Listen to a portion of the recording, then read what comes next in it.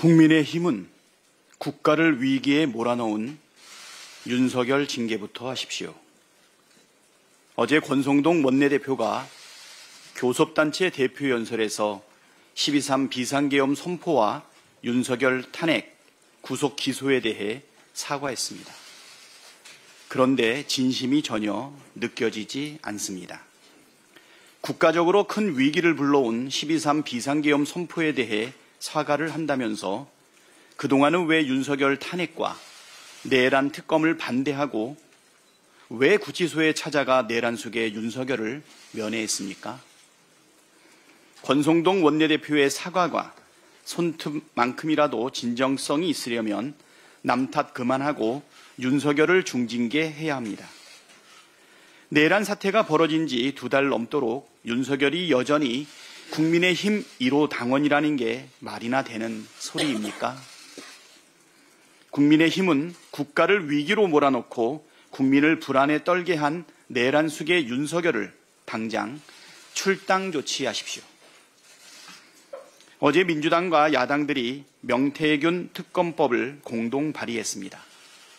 명태균 특검은 12.3 내란 사태의 동기를 밝히는데 매우 중요한 법안입니다.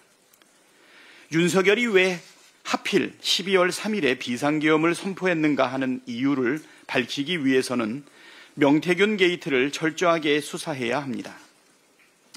야당이 박수쳐 주지 않아서 국회에 총 들고 쳐들어갔다는 헛소리보다 윤석열 자신이 저질렀던 온갖 불법 행위와 부정을 감추기 위해 영구 집권을 시도를 했다는 것이 더 설득력 있고 합리적인 분석입니다. 명태균의 황금폰 안에 얼마나 엄청난 내용들이 있길래 무장한 군대까지 투입해서 국회를 무력화하고 야당 정치인들을 체포하려고 했는지, 불법과 부정과 비리에 얼마나 많이 연루돼 있길래 국민의힘 의원들이 앞장서서 내란 행위를 비호하고 내란 수괴를 결사옹위하는 것인지 낱낱이 밝혀야 합니다. 당사자인 명태균도 특검을 환영한다고 밝혔습니다. 특검을 거부하는 자가 범인이라던 국민의힘이 명태균 특검을 거부한다면 부정, 불법, 비리 공동체라는 비판만 살 것입니다.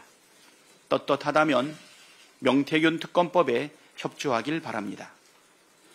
국책연구기관 한국개발연구원이 올해 한국경제 전망치를 기존보다 0.4%포인트 낮춘 1.6%로 발표했습니다. 내수회복 지연과 수출 증가세 둔화 등이 반영된 것으로 우리 경제가 매우 심각한 상황에 처해 있다는 사실을 보여줍니다.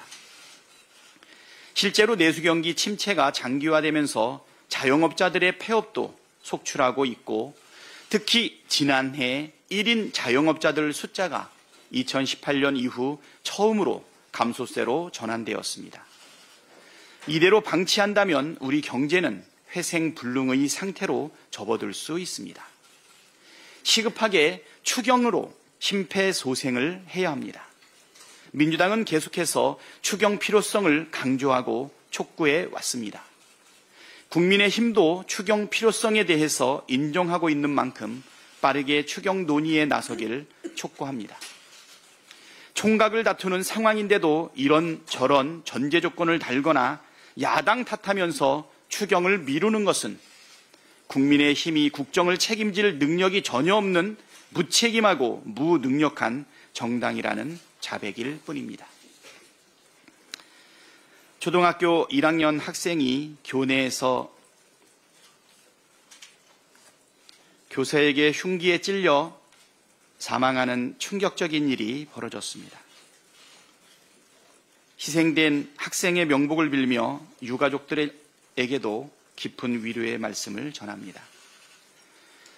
가장 안전해야 할 학교에서 가장 끔찍한 일이 벌어졌다는 사실에 학부모들을 비롯한 국민의 충격이 이만저만이 아닙니다.